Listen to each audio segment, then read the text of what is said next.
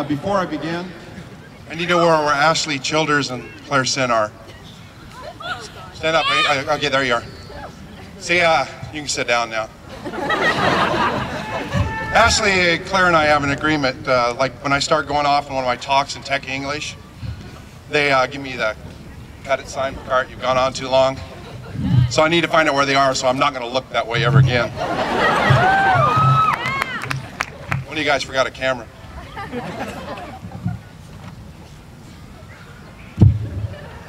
I hate you guys.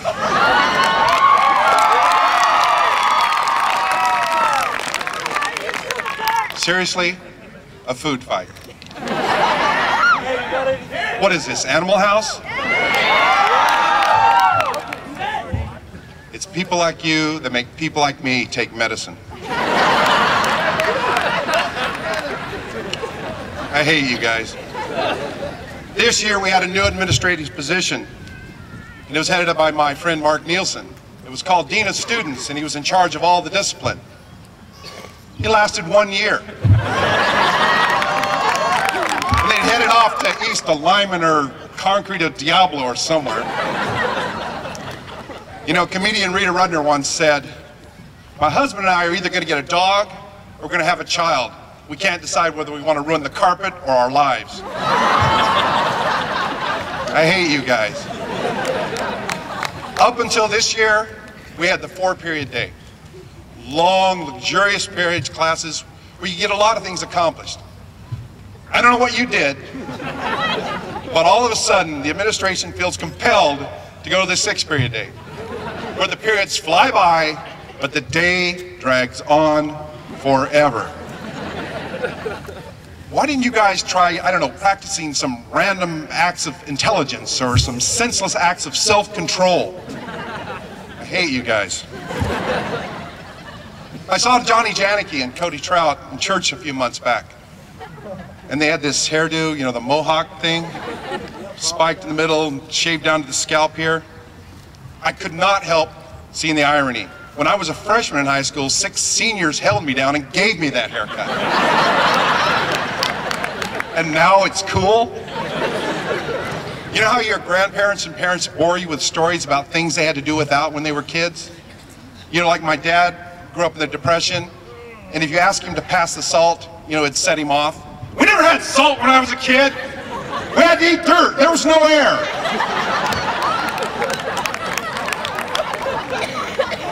Do you know what you guys will tell your children you had to do without? Good taste. I hate you guys. When faced with a prospect of teaching you guys AP Senior English, Tom Dorman chose to teach middle school? Seriously? I mean, I can't recall his exact quote, but let me paraphrase. Teach the class of 2009, Steve? I would rather suck the mucus from a dog's nostrils until his head caved in. I hate you guys.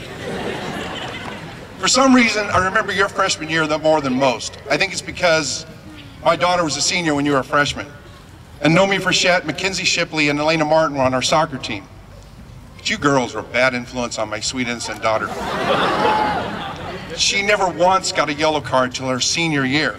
And then the last game of the season, she takes out a Linden player. Elena, Nomi, and Mackenzie high-fived her on the way back to the bench. Actually, that could be my fault. I always tell my children, if you must choose between 2 evils, pick the one you haven't tried before. You guys remember your freshman year when you did that god-awful lip sync that made absolutely no sense whatsoever? Do you remember when Aaron Nessheim and Ricky Peters were only this tall? Oh wait, never mind.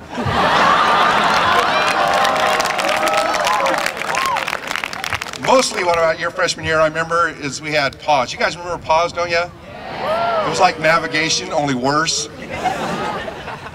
I had a freshman pause group that included Jairo Garcia, Matt Govern, Jake Bidwell, Jake Aldridge.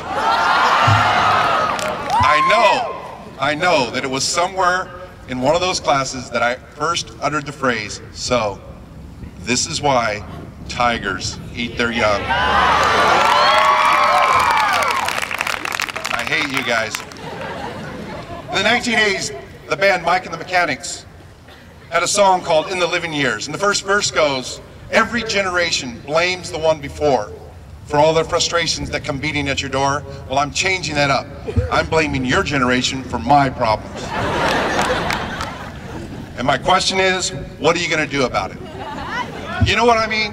When you were in grade school and on the playgrounds, some bully would take something away from you, and you'd say, "Give it back," and he'd say, "What are you going to do about it?" Well, here's my taunt. What are you going to do about it? That is, everybody except Renee McClellan. I know what she'll do about it. Right. Oh, okay, we're good. Tomorrow you're no longer kids. The world will see you as an adult with adult rights, and here's the part I don't think you were counting on: adult responsibilities. So here's what I'm going to do about it. I'm going to assign you some reading. It's not the world is flat, don't worry. The first book I want you to read is The Outliers by Malcolm Gladwell.